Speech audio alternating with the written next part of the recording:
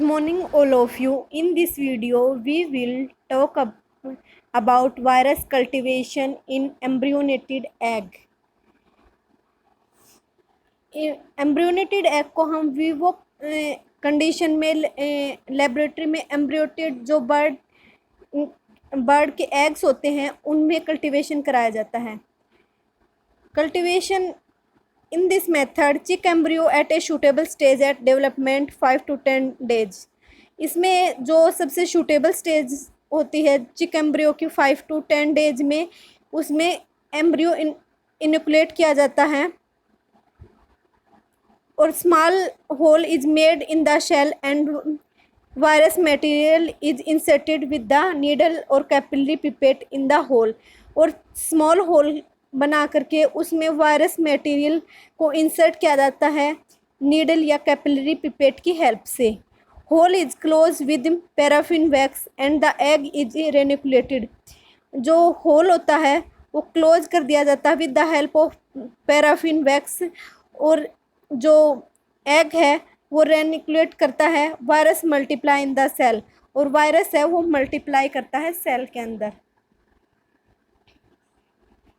सबसे पहले जो एम्ब्रियोनेटेड एग को जिसने कल्टीवेट किया था वो थे professor doctor Ernest Goodpasture. Embryonated hens egg was first use for the cultivation of virus Goodposture 1931 and the method was further developed by Burnett. The embryonated egg offers several sites for the cultivation of viruses. जो embryonated egg था उसको सबसे पहले cultivate किया था 1931 में गुडपोस्चर ने और उसके बाद फर्दर डेवलप किया बुर्नेट ने.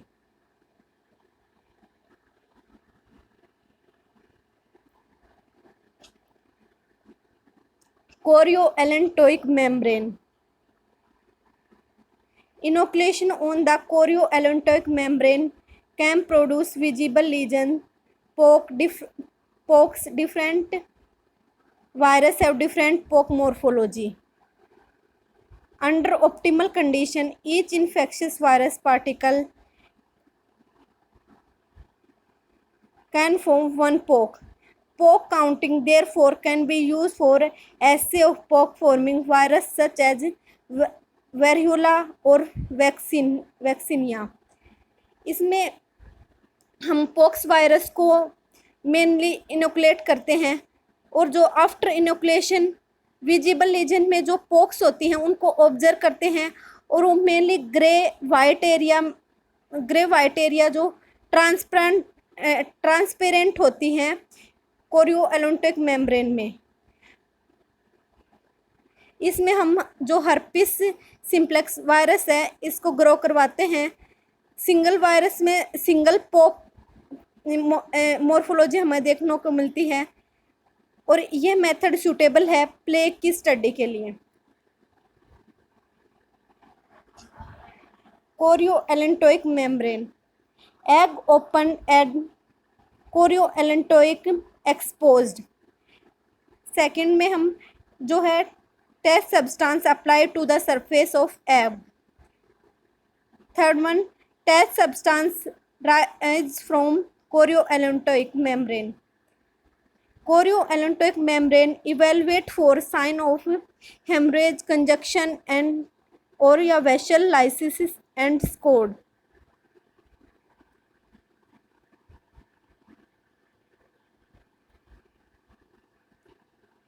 Allantoic cavity.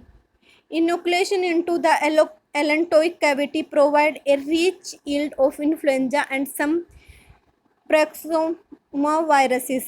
Inoculation into amniotic sac is employed for the primary isolation of influenza virus. जो एलेंटोइक कैविटी है इसमें मेनली इनोकुलेशन किया जाता है वैक्सीन के प्रोडक्शन के लिए like influenza virus, yellow fever, rabies. Most of Evin virus होते हैं आइसोलेट किए जाते हैं एमोन्टोइक कैविटी में.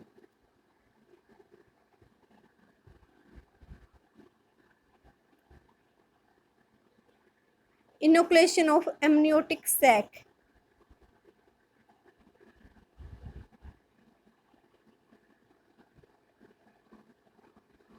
जो इनोकुलेशन मेनली हम जो प्राइमरी आइसोलेशन करते हैं इन्फ्लुएंजा वायरस का एंड एम्नियोटिक सैक में या फिर मम्स वायरस का, जो इसमें ग्रोथ और रेप्लिकेशन होती है वायरस एग एम्ब्रियो को हम डिटेक्ट कर सकते हैं हीमोग्लूटिनेशन के द्वारा।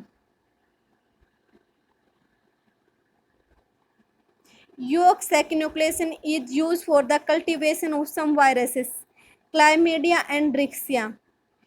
जो योग सैक कल्टीवेशन है ये एक सिंपलेस्ट मेथड है ग्रोथ करने के लिए और वायरस की मल्टीप्लिकेशन करने के लिए।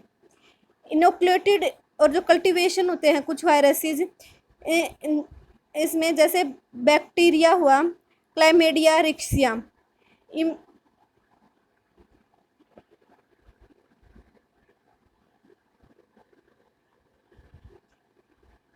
Cut view of N embryonated chicken egg.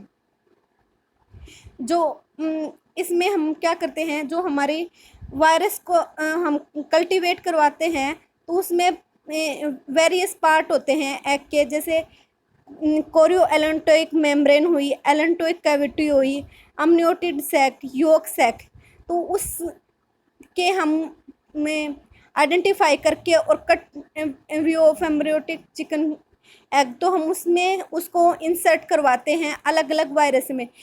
जैसे कि कोरियो एलेंटोइक मेम्ब्रेन इनोकुलेशन में हम herpes simplex virus, pox virus, रोहस sarcoma virus का कल्टीवेशन करवाते हैं। एमनियोटेड इनोकुलेशन में इन्फ्लुएंजा वायरस, मम्स वायरस का कल्टीवेशन करवाते हैं। और जो योक सैक इनोकुलेशन है उसमें हर्पिस सिम्प्लेक्स वायरस का कल्टीवेशन करवाते हैं। और एलेंटोइक इनोकुलेशन में influenza virus, mums virus, Newcastle disease virus, Evin adeno virus का कल्टीवेशन कराया जाता है।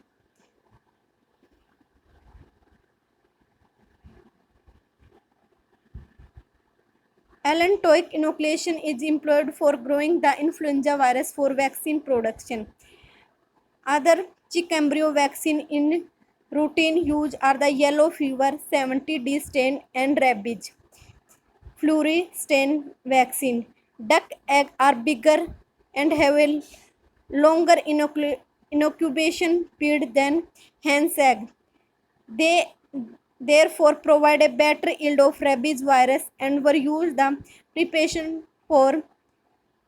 of the inactivated non-neural rabies vaccine।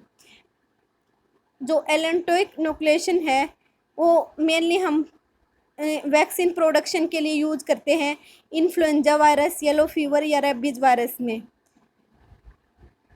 और मोस्टली एविन जो वायरसेस होते हैं उसको हम आइसोलेट करते हैं इस मेथड से।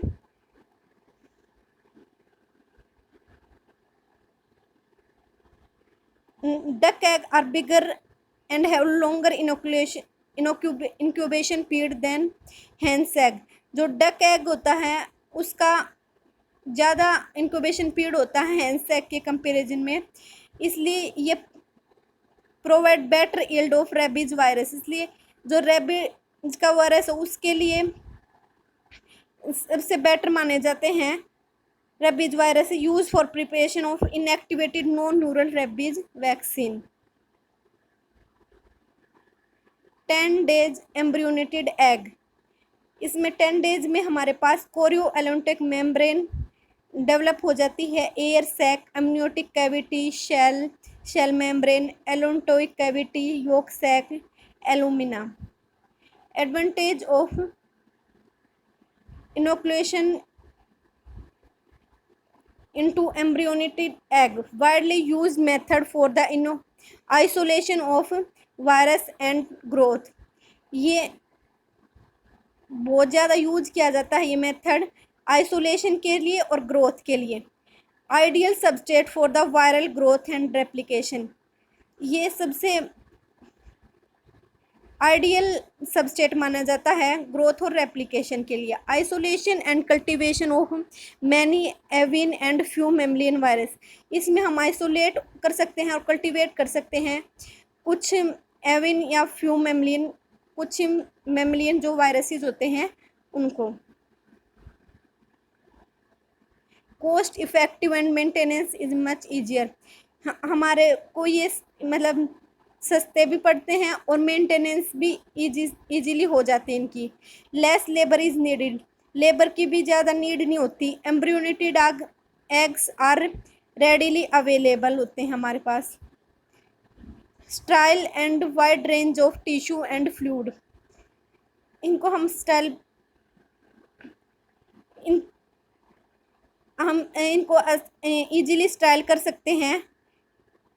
They are free from contamination bacteria and many latent virus, और ये फ्री होते हैं कंटामिनेटेड बैक्टीरिया से और जो लेटेंट वायरस हैं उनसे।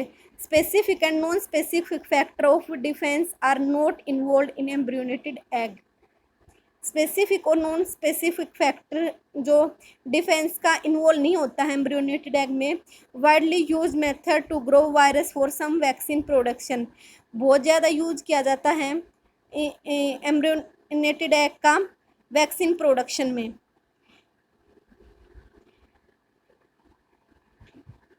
Disadvantage of inoculation into embryonated egg, the site of inoculation for very with different virus, that is each virus has different site for their growth and replication, जो site होती है inoculation की very करती हैं different viruses की। that is each virus has different site, हर प्रत्येक virus की अलग साइट होगी फॉर द ग्रोथ, उसकी ग्रोथ के लिए और रेप्लिकेशन के लिए, ये इसके एक डिसएडवांटेज हैं। तो हमने एम्ब्रियोनेटेड एग कल्टीवेशन के बारे में जाना। इसमें हमने सबसे पहले क्या किया था, हम एक नॉर्मल एग में एम्ब्रियो डेवलप करवाते हैं, तब उसमें एम्ब्रियोनेटेड एग के अंदर उसमें एम्ब्रियो डेवलप होने के बाद उसमें वायरस को कल्टीवेट कर दिया जाता है। सबसे पहले एग को जो 7 से 12 दिन के इंक्यूबेशन पे रखा जाता है। एम्ब्रियो डेवलप हो जाने के बाद कुछ कंडीशन के द्वारा हम पता लगा लेते हैं कि इसमें एम्ब्रियो डेवलप हो चुका है, तब उस एम्ब्रियो के अंदर बाहर से हम वायरल इंजेक्शन या एग के अंदर कल्टीवेट कर दिया जाता है with the help of pipette या नीडल की हेल्प से। कुछ दिनों के इनोकुलेशन के बाद उस एम्ब्रियो का फ्लूइड निकाल लिया जाता है और उसमें एम्ब्रियो का जो फ्लूइड है उसको निकाल कर आइसोलेट किया जाता है, प्यूरिफाई किया जाता है, फिर उसे आइडेंटिफिकेशन कर लिया जाता है। Thank you.